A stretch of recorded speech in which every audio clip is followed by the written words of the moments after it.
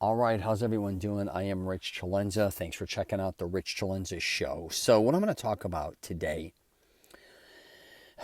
this is a toughie a little bit, but you know, if you want to get healthier, you're going to need to learn how to recover.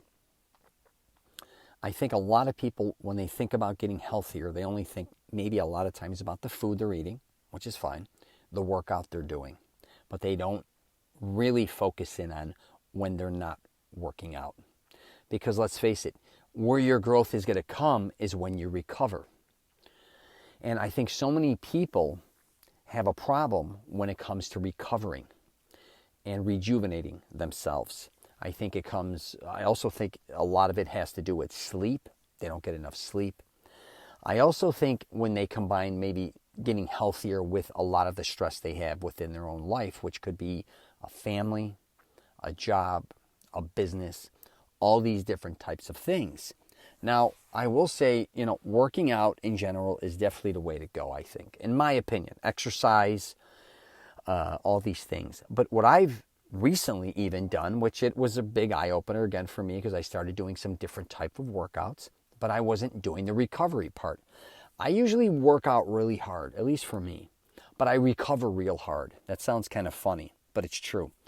I always try to I get a lot of sleep. I am one person. I also nap. If you know me, I like sleeping. I don't give a shit, but I think that is the one thing that has helped me throughout my life more than anything. And the reason I learned that at a very young age is when my father had a bar and nightclub. I used to see all these guys that partied all night, all different ages, and they looked like shit. My father goes, they never sleep. He goes, they party all night. They get up and go to work. Because I would see them at, 2 in the morning, party till 2 in the morning, and then, I'm like, these guys work construction, they're plumbing, they work for the city, they're painters, and a lot of them were in all different types of industry. But if you're going to be partying all the time till midnight, 2 in the morning, and you got to be at work at, say, 7 or 6:30, I'm like, but I learned how important sleep was. But I also learned, too, when it comes to recovery, it's not always beating your body to death. Too. It's not like it, and I've done that where I've done physical labor and worked out.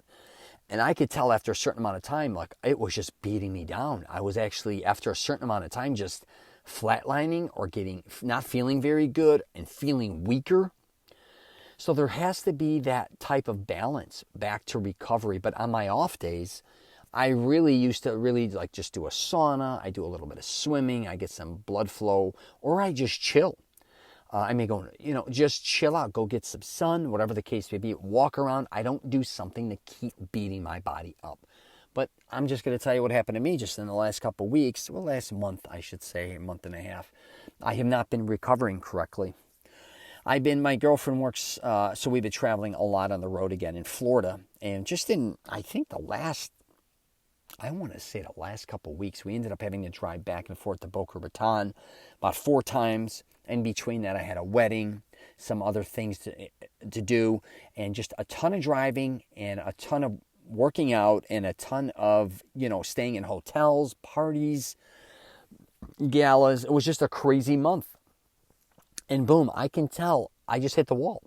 And for me to hit the wall, because I'm very seldom ever sick, I could tell my recovery's not there. When I'm going to the gym, I'm fatigued. When I'm leaving the gym, I'm fatigued. I'm waking up fatigued. I'm going to bed, I'm feeling fatigued. It's cloudy. I'm not as clear as normally I am.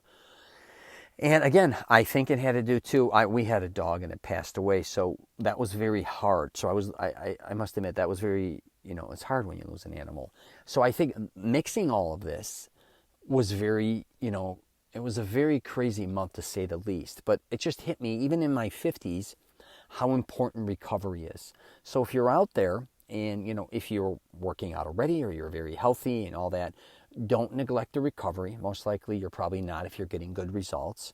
But I'm going to tell you, as you age, I'm going to say that, you really have to focus in on the recovery.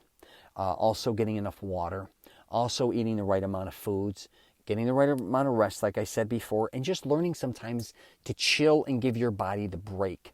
I think a lot of us feel like the more we do, a lot of times, the better off we are when it comes to doing something physical, which sometimes can be the case, but other times it may not be.